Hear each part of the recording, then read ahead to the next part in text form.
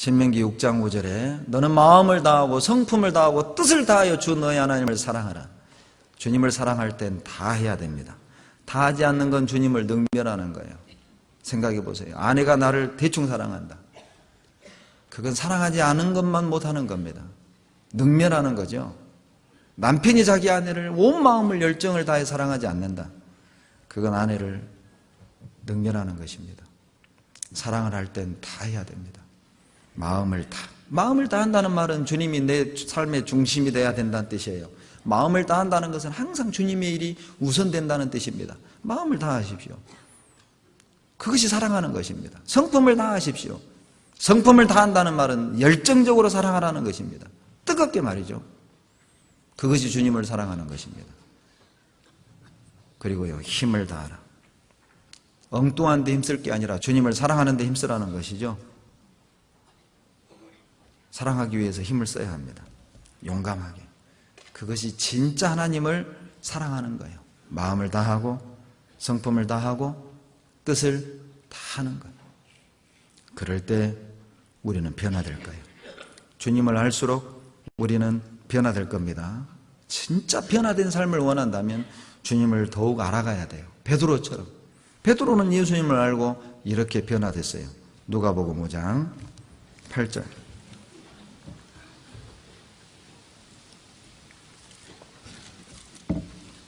누가복음 5장 8절입니다.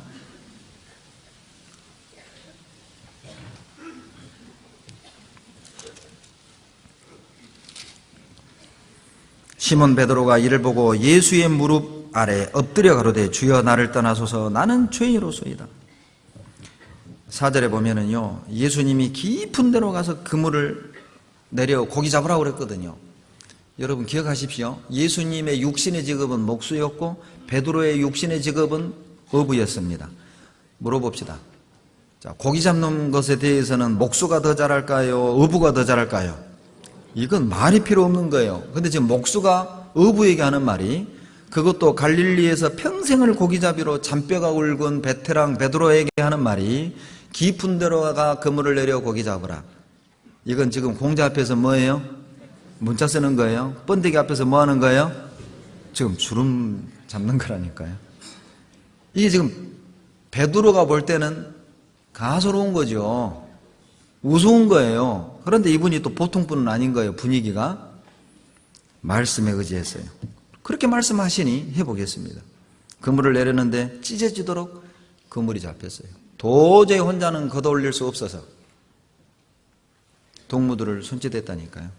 여러분, 어부들이요, 그 망망대에 아무데나 그물 내리는 줄 아시죠? 그렇지 않습니다. 어부들은 안 돼요. 몇 월 달에 우럭이 어느 길로 지나가는지, 몇 월 달에 돔이 어디로 지나가는지, 몇 월 달에 가자미가 어떤 길로 가는지를 알아요. 그러니까 그 길목에다가 그물을 내리는 거예요. 그럼 딱 걸리는 겁니다. 시편 8편에 나오죠? 바다의 어족들이 다니는 길이 있다고. 안다니까요.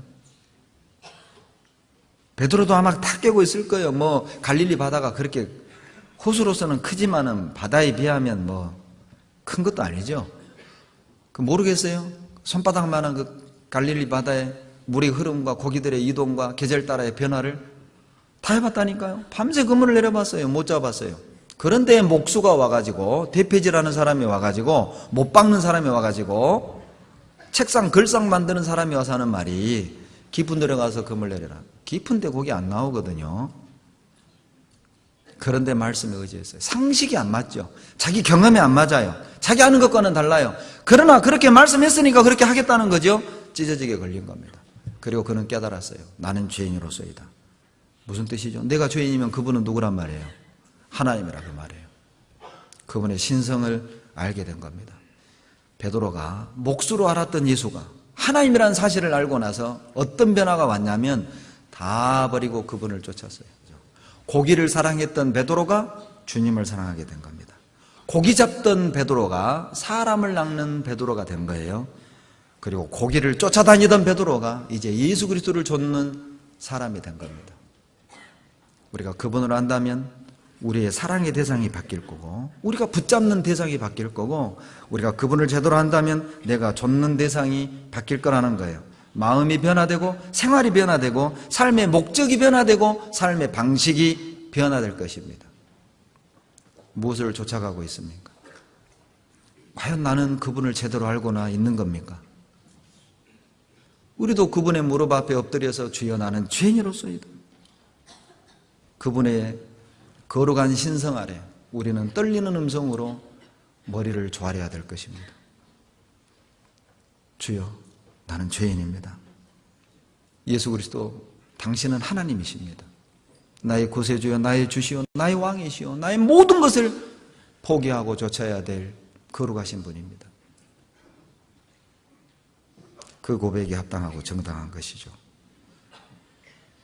만일 누가복음의 16장에 있는 그 부자, 날마다 호화로이 자색 옷을 입고 수천만 원대의 옷을 입고 날마다 호화로이 연락하고 잔치했던 그 부자, 그가 예수 그리스도를 알았다면 그는 결코 날마다 호화로이 잔치하는 삶을 누리지 않았을 거예요. 그가 예수 그리스도를 알았다면 누가복음의 16장의 그 부자는 삶의 방식을 바꿨을 것입니다. 분명한 것은 우리가 그분을 제대로 알았다면 분명한 것은 결코 지금처럼은 살지 않을 거라는 거예요.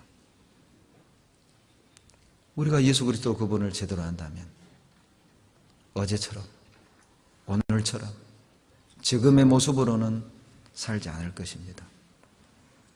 우리는 예수님에 대해서 더욱 알아가야 됩니다.